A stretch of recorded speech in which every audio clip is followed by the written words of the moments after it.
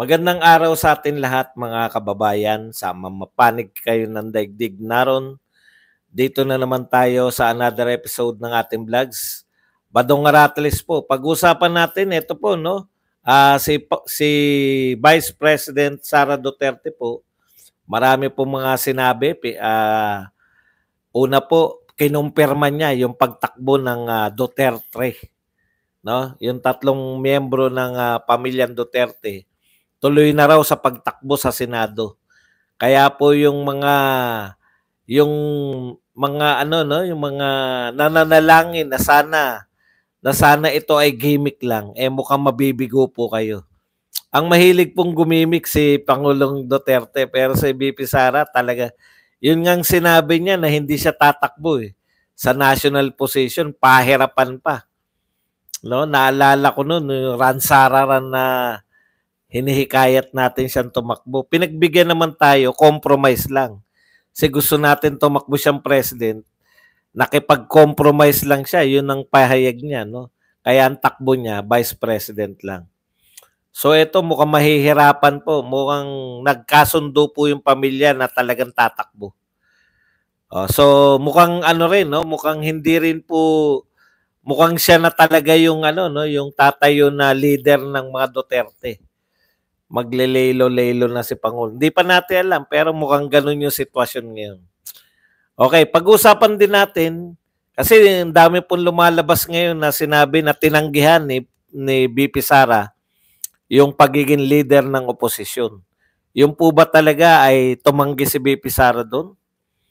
At yung pinanghawakan po ni Pangulong Marcos na hanggang ngayon daw ay intact pa rin ang unity team.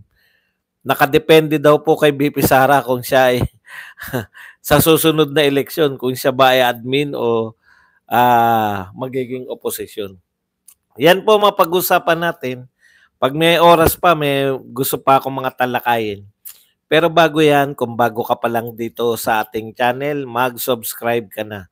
Dahil ito lang ang tayong channel na may kinikilingan, may pinapanigan. Una sa balita, huli sa impormasyon, kaya ano pang hinihintay nyo? Pindot na. Okay.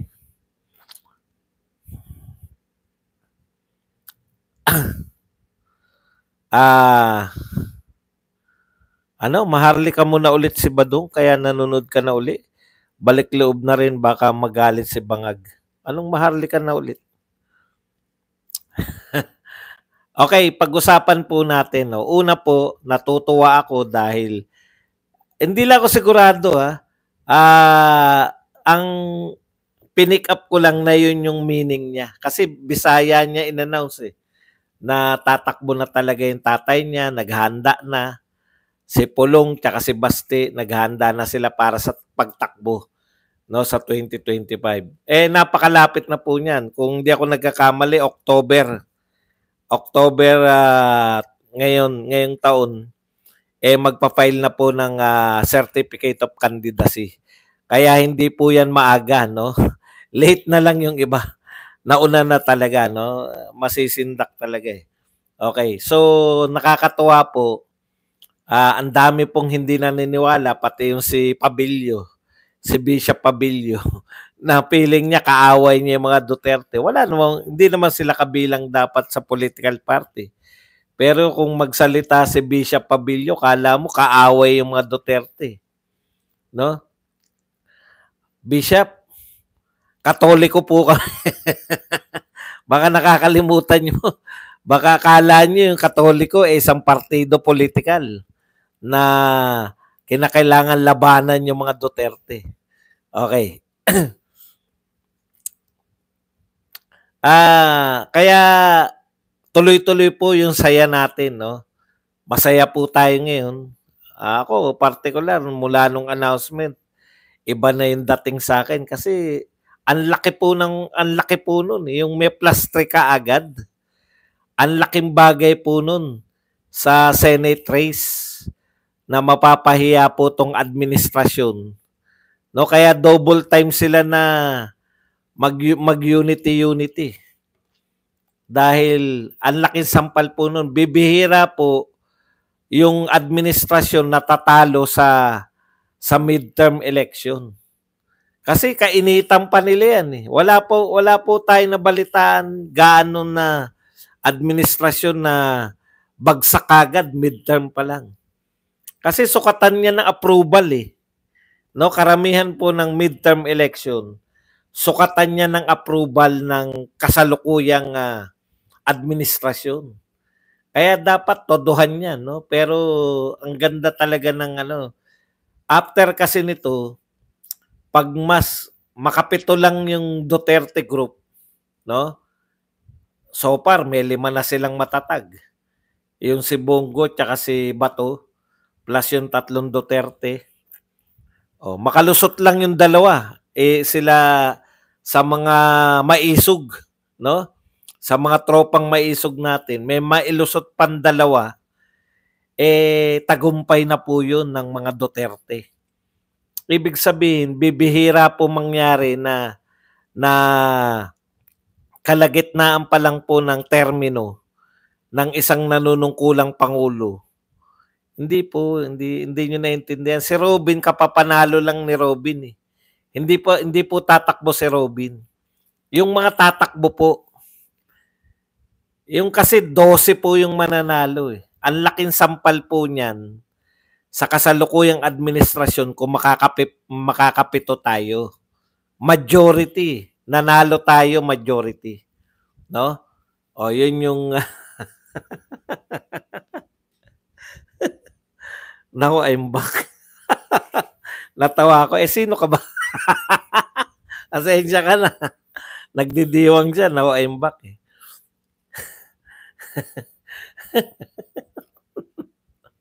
Nakakatawa. Okay. So, sa makatwid,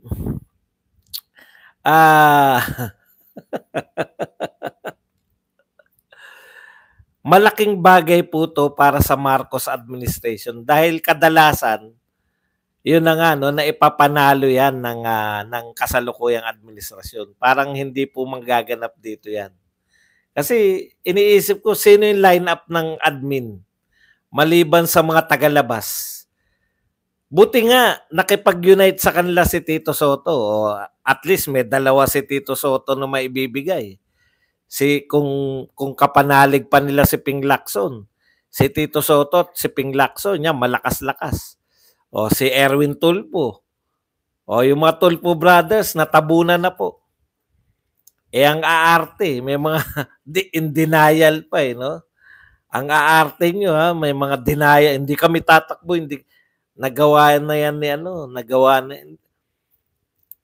Hindi po, kahit po marami sila, ang sinasabi ko yung mga winnable. Sino ba yung NEUP na yan? Sino po ba yung mga winnable dyan? Di po ba? Yun yung tinitignan natin eh. Kasi winnable na po yung 5 sigurado eh. Ng mga Duterte. 2 lang po ang pumasok mula sa maisog. Yung mga nagsasalita po sa maisog, 2 lang doon ang makapasok pa. Yung manalo ibig sabihin ha. O yan si Pacman. Kaya lang matatabunan nga sila eh kasi mananawagan tayo eh. Na wag iboto. Alam niyo kung bakit?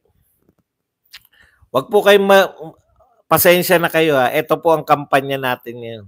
Huwag kayong magpadaig na yan ay mga sikat. Kinakailangang iboto dahil magagaling. Alam niyo sa totoo lang, hindi naman po sila, namili po sila eh. Etong sila Tito Soto, sila Manny Pacquiao, kung sino man yung mga leader ng NUP na yan, namili sila ng kakampihan. Ang kinampihan po nila si BBM. Bakit natin iboboto kung na-reject nila tayo? Di ba? Na-reject nila tayo eh. Tapos iboboto nyo, di pinagtatawanan lang tayo ng mga yan. Dapat ngayon maging wais tayo ngayon. Kung ayaw sa atin, kung ayaw sa mga Duterte, bakit ninyo iboboto?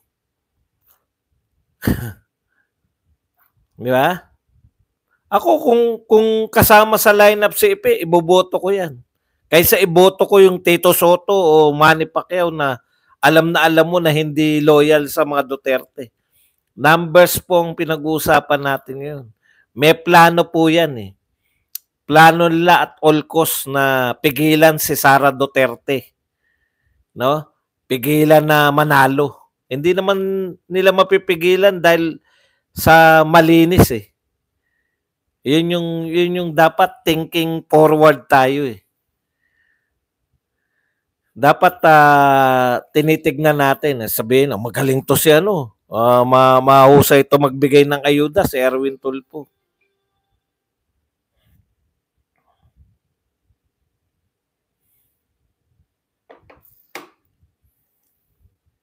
Okay. Punta po tayo rito sa iba pang balita. Ito, nagulat din ako eh. Kasi ganito yung wordings nitong mga hinayop-yop na mga tignan nyo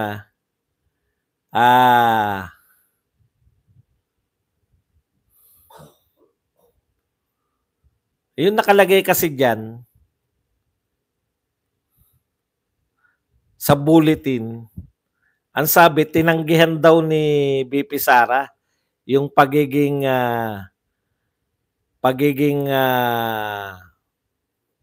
leader ng oposisyon. Di ba? Okay. Gusto ko lang hanapin yung wordings na yun. Basta parang ganun yung gusto nilang palabasin, no? Nung binasa ko po, at saka narinig ko mismo yung sa interview si BP Sara, ito yung sinabi ni BP Sara eh. I-quote na lang natin para mas maunawaan natin.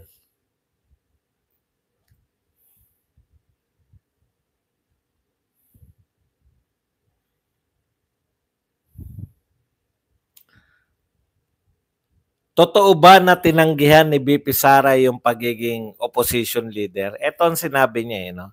Sa trabaho ko, sa pagkatao ko at sa prinsipyo ko, hindi ako gumagalaw for the administration or for the opposition o kung ano man yung politika na yan. Ang galaw ko ay base sa kung ano yung makakatulong sa ating kababayan at kung ano ang karapat-dapat para sa ating mahal na Pilipinas. Okay? So, yung sinasabi kasi na si Harry Roque na nagdeklara na siya na yung bagong leader ng oposisyon, may katotohanan din naman yun. No, wala pong mali, no? Kaya lang, ang gustong i-point out dyan ni BP Sara, nagtatrabaho siya bilang Vice President. Ano ba trabaho ng Vice President? Focus lang siya bilang Vice President. The mere fact na umalis siya sa administrasyon bilang DepEd Secretary, alam nyo na yun, di ba? Kaya lang, syempre, marami siyang consideration eh. Hindi siya pwedeng basta-basta or talagang wala lang sa kanya yun. No? Wala lang sa kanya yung mga branding. Yun yung pagkakaiba ni BP Sara dito sa Clarissa Ontiveros. Importante kay Clarissa Ontiveros yung mga tawag. Importante sa kanila yung kulay, yung paraan ng pagtaas ng mga kamay, yung mga paraan ng pagsasalita, yung sabihin atin ito. Yun ang importante sa kanila. Sa mga Duterte, sabagay, gusto rin ni Tatay Digong na-establish na siya yung opposition, di ba? Sinasabi niya yun sa ano eh. Hindi importante kay BP Sara, hindi importante kung anong tawag. No? Kung siya ba ay opposition leader o basang importante, naglilingkod, nagtatrabaho. Pareho yung Dilawan tsaka si PBBM ngayon eh. Importante sa kanila, sa madaling salita, importante sa kanila yung projection. Alam niyo yun? Yung projection ang importante. Ano ba tingin ng tao sa akin? Ano tingin ng tao? Kaya ang ingat sa mga pagsasalita. Bakit ang mga Duterte parang natural kung magsalita? Walang kaingat-ingat. Kung anong gusto nilang sabihin, sinasabi nila. Yun yung mga totoong tao. Yun yung mga totoong leader. Pero alam nila yung direksyon nila. Etong mga leader na masyadong maingat sa pagsasalita. Simple lang ang tanong, oh. 'Di ba? Kumusta na po ang unit team? Sa pagkakaalam ko, unit team is still intact. Pwede mo ba sabihin na unit team is still intact? Kumalas na nga si BP Sara. Depende raw kay BP Sara yun kung siya ay mag-oposisyon o magiging... Very obvious ba na hindi na siya parte ng administrasyon? Kaya lang hindi importante sa mga Duterte. Makakapagtrabaho sila anuman ang kanilang brand. Hindi importante yung brand eh. Yung ikaw ba ay oposisyon, ikaw ba ay... Kaya kita nyo makipag-deal si Pangulong Duterte sa China. Eto kasing mga to, pareho yung dilawan tsaka yung mga pro-BBM, masyadong importante sa kanila yung branding. Masyadong importante sa kanila yung projection. Panay projection lang naman. Katulad niyan, yung pagpo-project na matapang. Matapang tayo laban sa China.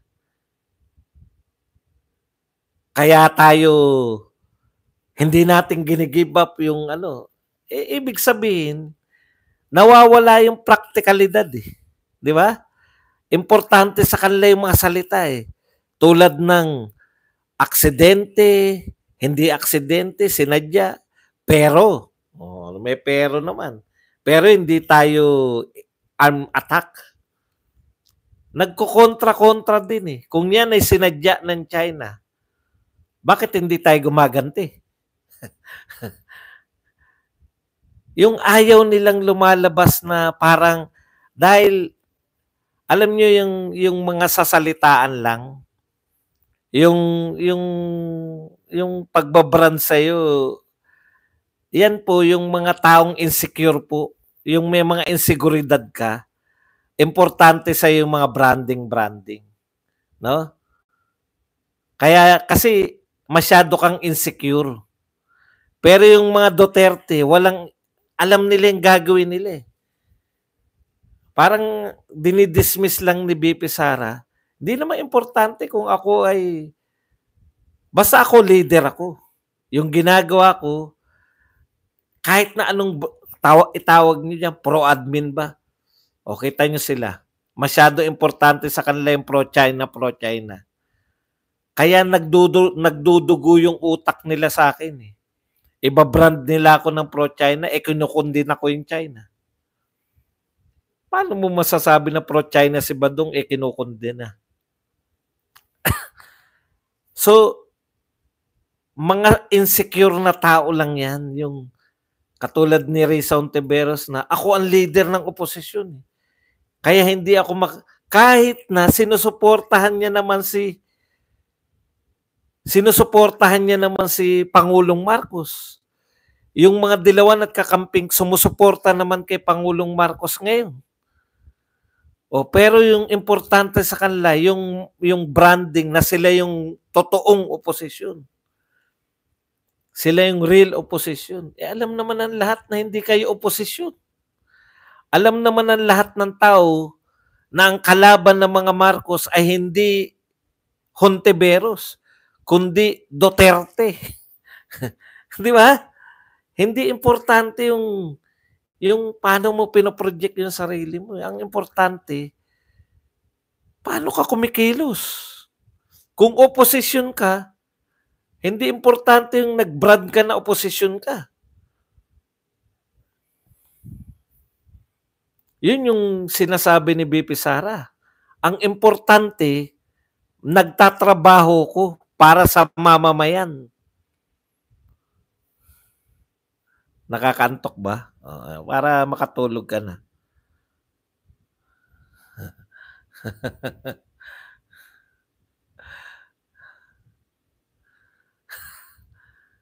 Hindi, dapat to. Bakit hindi ko na siya ma-block?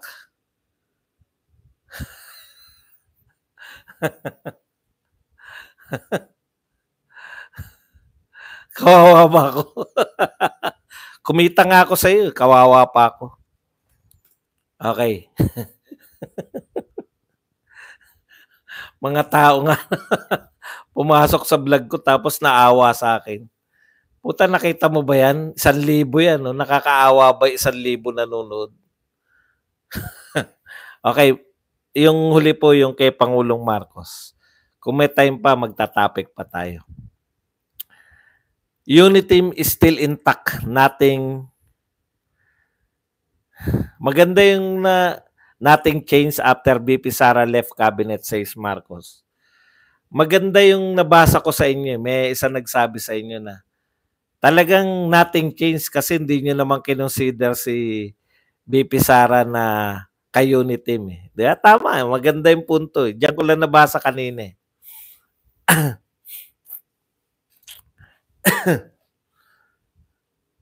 Maganda yung punto na yun na nothing change kasi wala naman ang katulad nito, ito po pinakamagandang halimbawa ng branding. Bakit po sinasabi pa rin hanggang ngayon? Baka kasi sinasabi nyo, nga no, very obvious naman na wala ng unit team. Bakit hanggang ngayon sinasabi pa rin ni Pangulong Marcos na unit team is still intact? Okay. Papaliwanag ko yan. Paliwanag natin. Kaya niya sinasabi yan, kaya niya pinagpipilitan yan na unit team is still intact kasi yan yung panawagan niya lang. Tandaan nyo, mahilig sa na brand to si Marcos. Mag-unity tayo para magkaroon ng bagong Pilipinas. Mga walang ibig sabihin eh. 'Di ba? Nagawa na ng tatay niyan, bagong lipunan, ito bagong Pilipinas. Tapos kumanta, may ang bagong buhay. Sino ba yung nag-discuss no? Si Attorney Trixie yata. O basta isang attorney. Sinasabi niya, kaya may impact yung kay Marcos kasi national artist ang gumawa nun. Ito po siya, ang hirap kantahin niyang bagong Pilipinas, papakanta, pilit sa mga bata. Nagawa na yan ng tatay mo eh. No? May impact yun kasi mga maliliit pa kami, kinakanta namin yan eh. May bagong buhay, may bago ng bukas. Inabot ko yan, grade 3. Kaya natatandaan ko, kinakanta namin yan. Okay, ang point lang dito, bakit unity? Kinakailangan niya yun eh. Kasi yun yung panawagan niya eh. Pag umamin siya na buwag na unit team, doon po nakabase, di ba? Binabanatan nga yan na unity kayo na unity, nakakain ba unity, di ba? Yun kasi yung sentro ng kanyang kampanya, unity. Tapos, 2 taon pa lang sa kanyang presidency,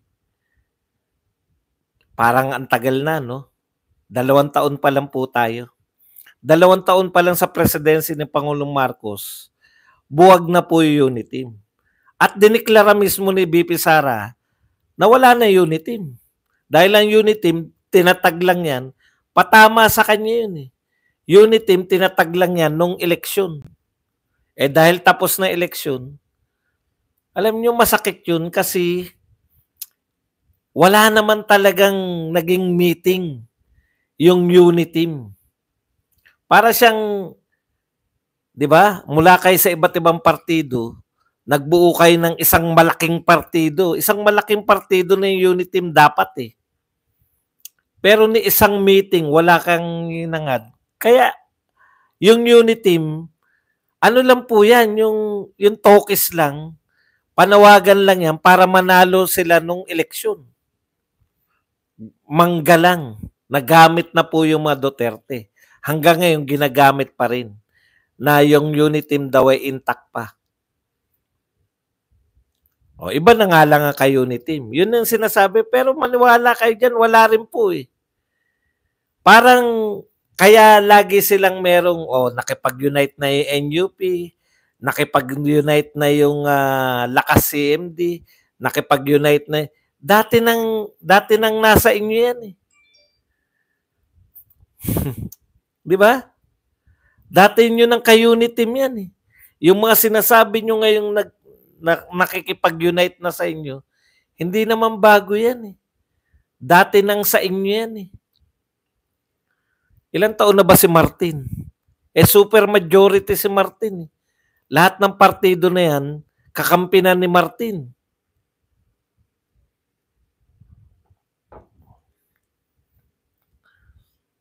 Ang bago lang dyan, nariyan pa yung Duterte. Nung kumalas na si Sara Duterte sa unit team, wala na talagang unit team. Ngayon, kung yung sinasabi nyo, may bagong unit team, again, branding lang yan. Pinapakita nyo lang na meron pa rin, no? Buo pa, oh. Kahit na umalis na si Sara, buo pa rin kami, oh. Hindi nagmamatter yung pag-alis ni Sara kasi buo pa rin yung unit team. Ang laki po ng boto ng Duterte. Kaya kita nyo ngayon, pinopromote nila ngayon, ang nagpanalo kay BP Sara ay si Bongbong Marcos. May nakita na ako yung malalaking mga probinsya, nakalagay doon, mas matataas yung boto ni BBM. Kaya ano no? Kaya yun po yun, no? Campaign promise po yan, yung unit team. Mahilig po si Pangulong Marcos kahit wala po sa praktika. Hindi po napapractice. Basta masabi nila, katulad niyang bagong Pilipinas. Ano po yung ibig sabihin ng bagong Pilipinas talaga? Wala naman yan pero paulit-ulit lang bagong Pilipinas, bagong Pilipinas. Wala naman masyadong vague yung samantalang si Pangulong Duterte, wala pong ganyan Meron bang Duterte bagong taon? Wala naman pong ganun Pero sangkatutak yung ginawa. Eto, ang dami ng pangalan. Bagong Pilipinas, palit ng logo, palit ng ganun. Wala naman pong, ano yung pagkakaiba ng bagong Pilipinas sa lumang Pilipinas? Wala po siyang meaning Hindi malaman. Ang alam ng tao, yung dating Pilipinas, mas gusto nila. Kung yung tinutukoy yung dating Pilipinas, yung pinamumunuan ni Duterte. Tignan nyo, may tatak po ba si Pangulong Duterte na may pangalan ba na wala po Di ba? PI kayo lahat. Papatayin ko kayo. Yun lang po si Duterte. Pero bakit effective? Yun na nga kasi hindi siya mahilig sa mga branding. Ano problema? Kung may problema, katulad ngayon, ang lalim-lalim na. Naugat na yung buong buhay ni walang impact. Kay Duterte, walang tatak. Walang tatak yung paglilingkod. Wala po siyang bagong Pilipinas Napunan niyo ba? Wala si Pangulong Duterte noon. Pero tumatak na sa atin. Build, war on drugs. Yung tumatatak sa atin kay Duterte, yung mga program. Dolomite Beach, Boracay, paglilinis ng Boracay, NTF-ELCAC, yung mga tunog, yung nare-retain sa utak natin, yung mga ginawa ni Pangulong Duterte, eto, bagong Pilipinas, wala kang ma-recall kung anong ginawa. Meron pala. Inauguration, ang tawag doon? Groundbreaking. Sa dami ng groundbreaking na inatinan nila, butas-butas na Pilipinas Pwede na tayo maging buwan sa dami ng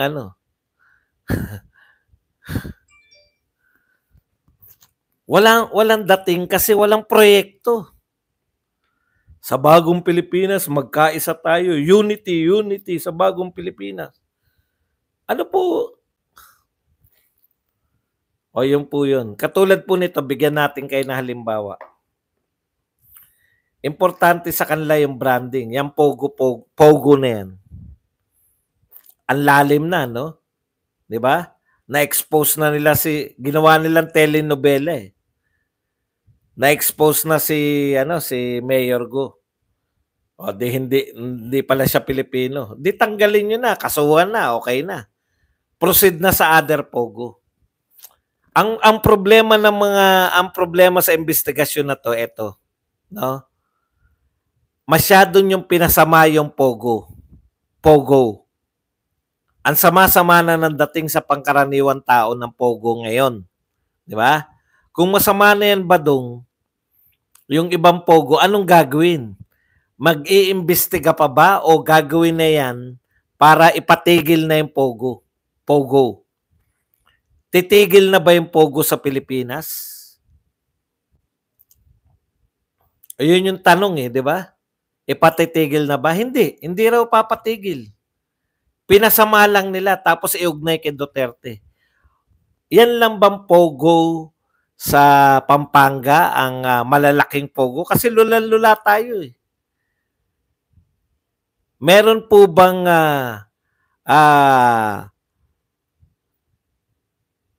yan na ba yung meron pang alam tayong mas malaki? Alam nyo, ang tagal na po nananawagan ng tao. Bakit? Tanong natin kay Ontiveros at sa lahat ng mga involved dyan. Bakit yung mas malalaking Pogo, katulad sa Cavite, bakit hindi nyo nababanggit man lang? Bakit hindi nyo man lang sabihin na isusunod nating imbestigahan nyo sa Cavite? Kasi mas malaki. Hindi ko po alam kung gaano kalaki yun. Pero hindi pa namin alam yung kay Alice Go. Hindi pa namin alam yung sa Mabalaka, sa Porac. Alam na ng mga Pilipino na may malaking poguhan dyan sa Cavite. Bakit hindi po binabanggit sa investigasyon? Wala po ba kayong balak imbestigahan? Ibig po bang sabihin na determine nyo na lahat ng Pogo sa buong Pilipinas masasama, pwera yung Pogo sa Cavite? Hindi po wala po kaming alam dyan. Wala tayong alam Hindi natin alam ang loob Ang problema, alam natin na may malaking poguhan sa Cavite. Pero bakit hindi nababanggit ni Risa Ontiveros? Bakit hindi nababanggit ng mga senador na isusunod na imbestigahan yung Pogo sa Cavite? Na-determine nyo na walang nilalabag sa yung Pogo sa Cavite? Nagtatanong po kami. Hindi po namin alam na may Pogo dyan sa Pampanga Ang alam namin dun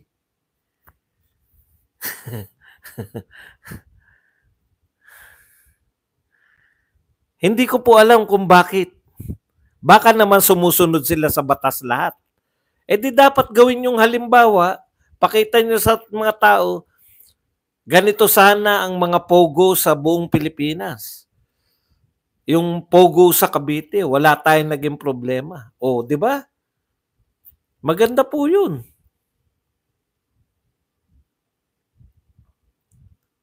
Pakisama naman din yung kapitbahay, Las Piñas at Parañaque. Meron din man Pogo doon? Pogo?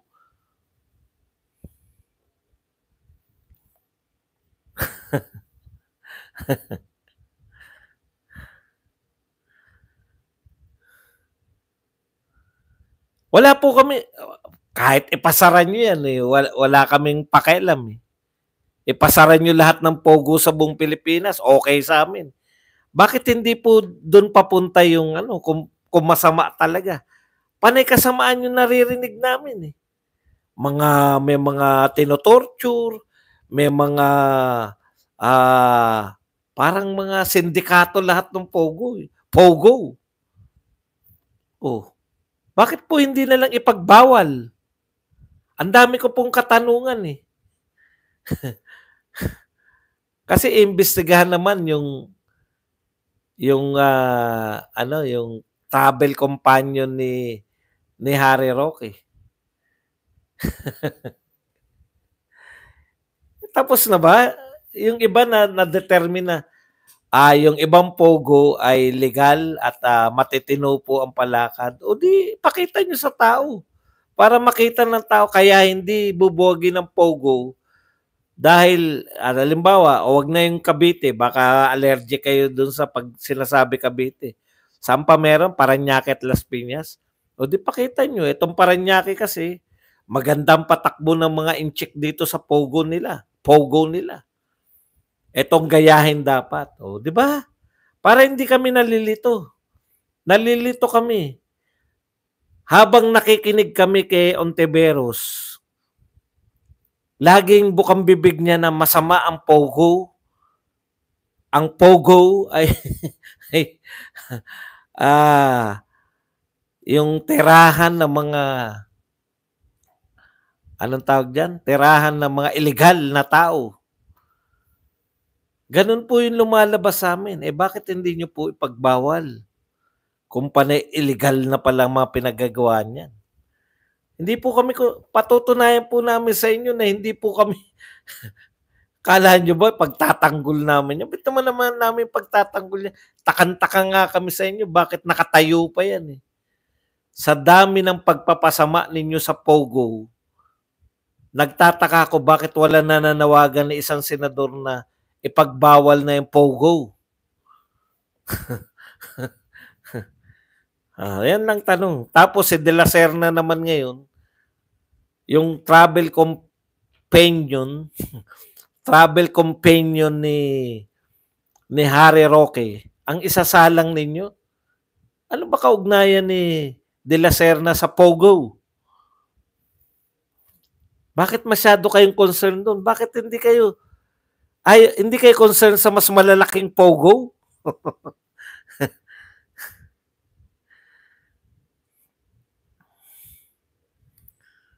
O kasi may picture si Duterte. Yan, isa pa yan.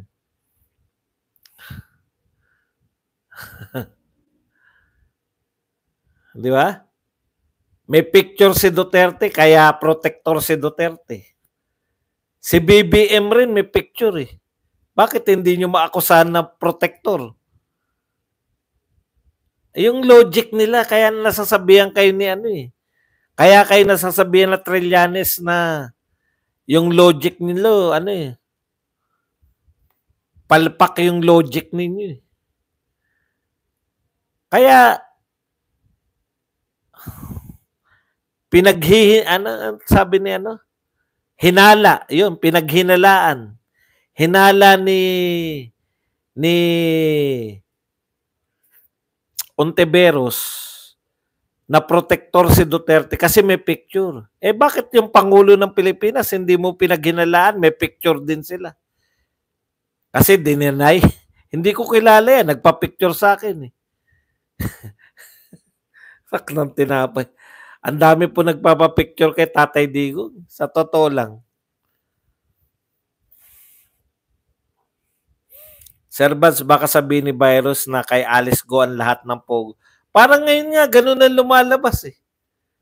Parang siya yung pinaka main event ng lahat ng Pogo dito sa Pilipinas eh. Mandaluyong pa raw, meron din daw. Si Dilima nga sumayaw sa kung masama Pogo. Correct! Paano nyo pa mabubura sa amin na hindi masama ang Pogo? Kayo nagpasama. Ibig sabihin, investigasyon nyo hindi totoo. Bakit ayaw nyo ipasara? Sabi nung Altenco, yan pala yung Pagcor. Meron daw nagpapadrino sa mga illegal na Pogo. Dating mataas na opisyal. Pumayag ka ba? Hindi ka pumayag. Ngayon, hindi mo ba dinimanda? Nung klaseng Pagcor ka, sinusuhulan kayo tapos hindi nyo ididemanda?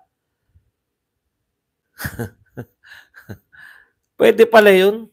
Pag ang pangkaraniwan, nakikita namin, no? Nakikita namin dyan sa mga bitag at saka dito sa Rapid Tulfo in Action. Pag nanuhol yung mga malilit na tao, huli agad. Yung pinapadrinuhan, yung mga Pogo, illegal na Pogo, hindi nyo huhulihin, i-expose nyo lang. I-expose daw pero sa susunod na. Para isipin ng mga tao, kasi dating mataas na opisyal, si Duterte tsak yan. Gusto nila yung ganyan eh.